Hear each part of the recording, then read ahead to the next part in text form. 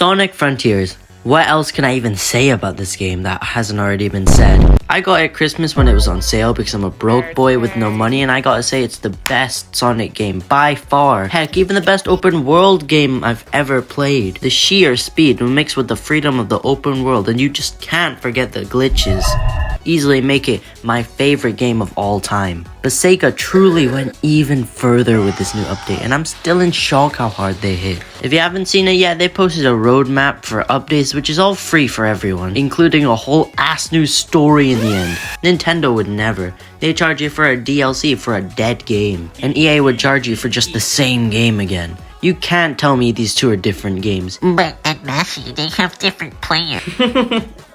Shut the fuck up. But let's just dive right into what they did and what they did right with this first update. And first, we have the Jukebox. At first, I thought this was going to be just to listen to all the boss music, but just undefeatable and nothing else. But then Sega decided to add like every fucking Sonic song from every game here. Windmill Isle, Reach for the Stars, actual Live and Learn. Listening to that while running, my god.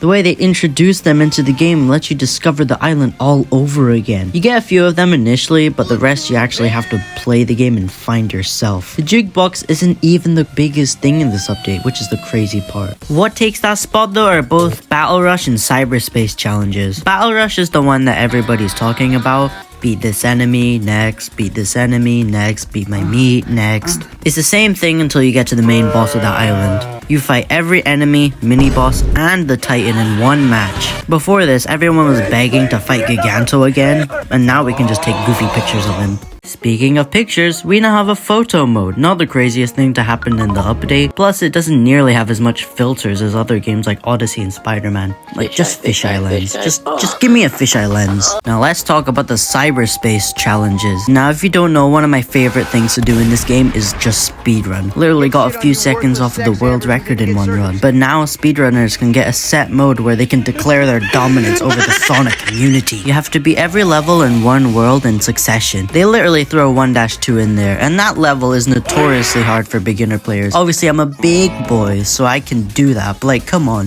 think of the children. And the last thing we're gonna talk about is a few quality of life features they put into the game. You might be asking, is the pop-in fixed? First of all, shut the fuck up, and second of all, sadly not young fetus. But what we did get though made the game miles better. When upgrading your stats with Elder Coco, you can now do it in bulk. I have no idea why this wasn't there initially, but I'm glad we have it now. You can also disable the animation for the speed boost at max rings. Now it's like this little animation that happens when you get to max.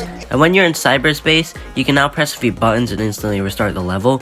Sega, why are you doing this to me? My thing is bulging right now. And I didn't mention this earlier because I only found out like right now. But apparently, if you beat all of the boss rush levels, you get an extreme mode, which is just a one-shot Sonic game. It's like Elden Ring Sonic, but just way easier because I can DSS shuffle my ass out of there. But yeah, that's the Sonic Frontiers update. I know this video was pretty short, but I hope you guys enjoyed it. Had a lot of fun testing the limits on how far I could edit and improving my editing. But if this does well, I might do a bit more gaming content. But if you want more stuff like that, please like, comment, and subscribe because it really helps me out.